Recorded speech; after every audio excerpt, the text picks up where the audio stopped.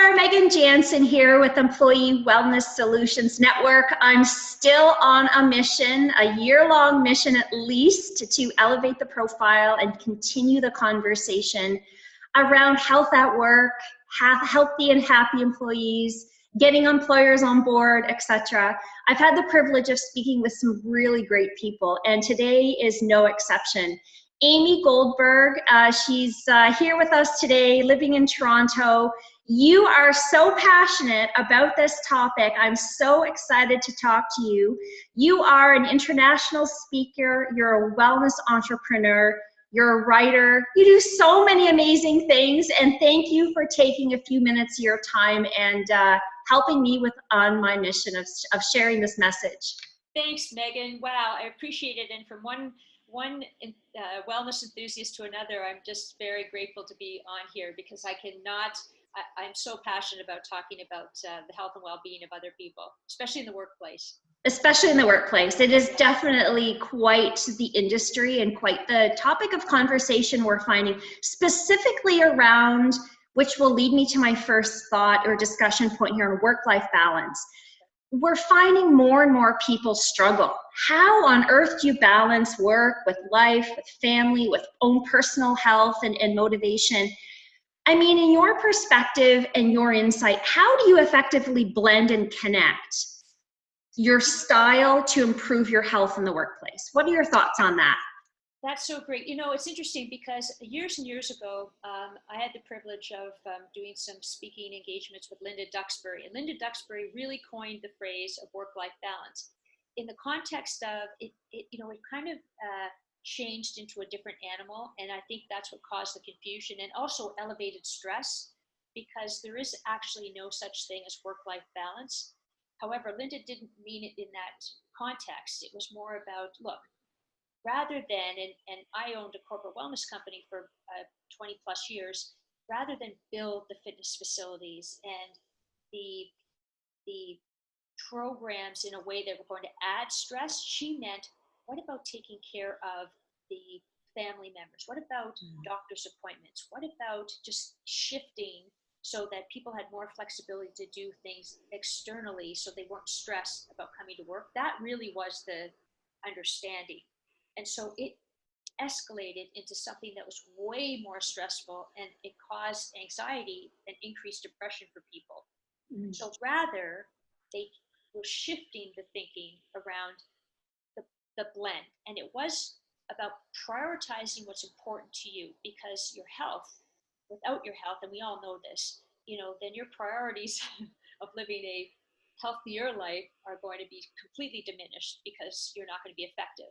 So it really is the blend of who you are and what's going to be helpful to you from an activity standpoint. It could be, the foods you eat, because everything's about energy.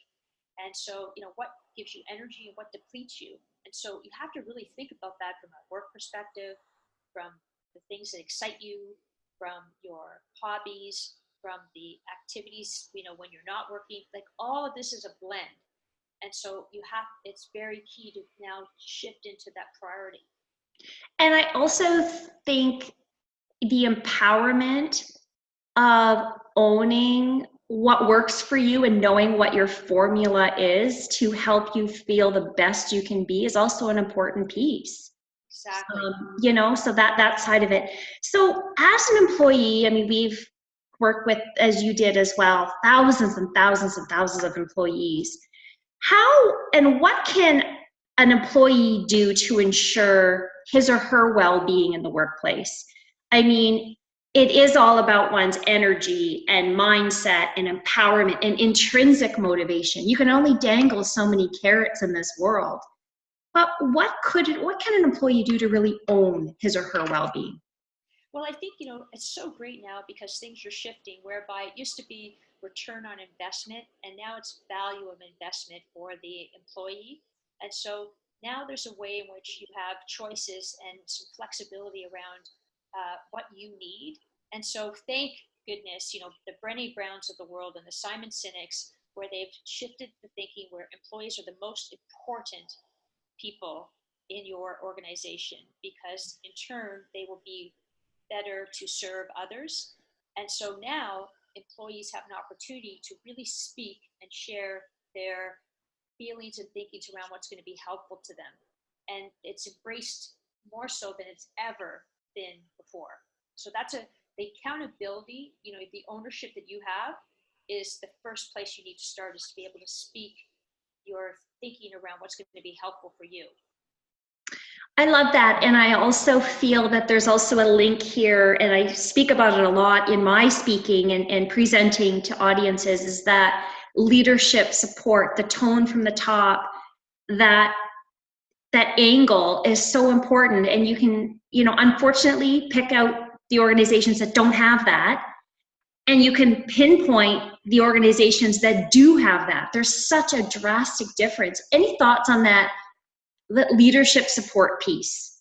Well, it's funny, interestingly, and especially, Gary Vaynerchuk, he's been speaking about this recently, to say that you're only as successful as those who are going to be more helpful to the organization. So rather than think in terms of your most successful top sellers, however, and they could be nasty, they could be causing stress for other people, rather than focus on that individual, move them or remove them from the organization where they're not healthy, and really lift the employee population where everyone will be successful, and in turn the company will grow exponentially, because we're not wasting our energy on this sort of a bullying mentality. And so that's shifting. So the no nonsense from a leadership standpoint is, okay, I am responsible for the culture and start of the culture of an organization, and I'm going to give them people leeway in which to share their thinking around healthful living. Awesome. So how can, on that note, anything else around how the employer can adopt a more mindful approach to encouraging and engaging their employees in the workplace? It's a loaded question, I know. I know. It's funny because years ago it was for every $1 spent, $3 were realized for wellness, and that actually was a myth. The numbers are, it takes a long time to gather the information around employee wellness statistics, especially from a security standpoint. And now with the apps and so forth, there's more regulations around it. However, it doesn't matter. It doesn't matter. How does an employee feel day to day? What kind of energy do they have?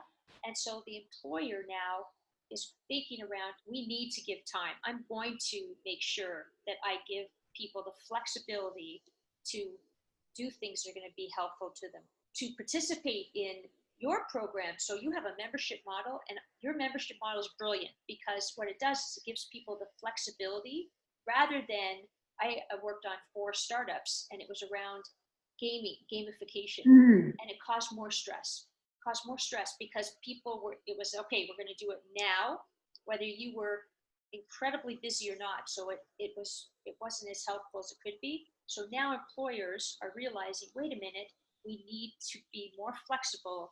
It's not one size fits all. And so we need to really understand and address that. So I'm thankful for organizations like yourselves that are able to identify that.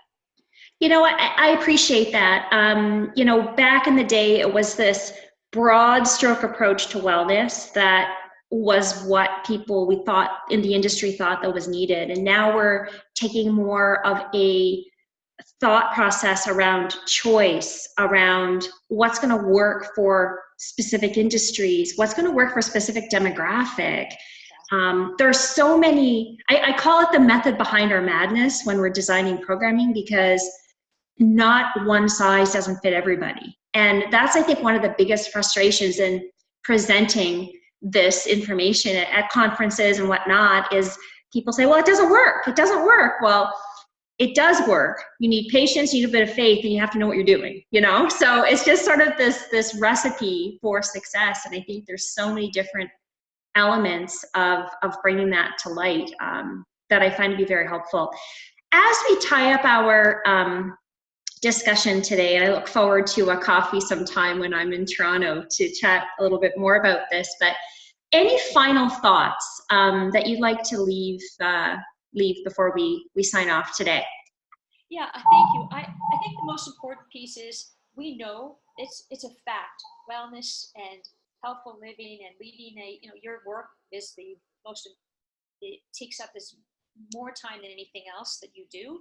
So why not approach it in a healthful, happy manner? And so employers are now realizing that, wait a minute, we have to address this. We have to take a strategic approach. It is not a quick fix. It's not lip service because it won't work.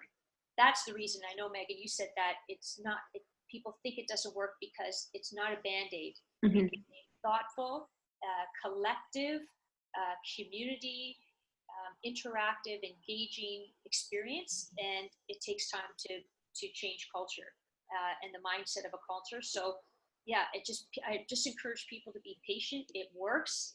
And the fact that you are, doing this in the workplace, it's a testament to the growth of where we came from. Well, thank you, Amy Goldberg. I really appreciate your time today, and you're so wise, and it's just an honor to share and to collaborate and to discuss this industry with someone like you. Thank you so, so much. Absolute pleasure, Megan. Thanks for having me. I appreciate it. Thanks.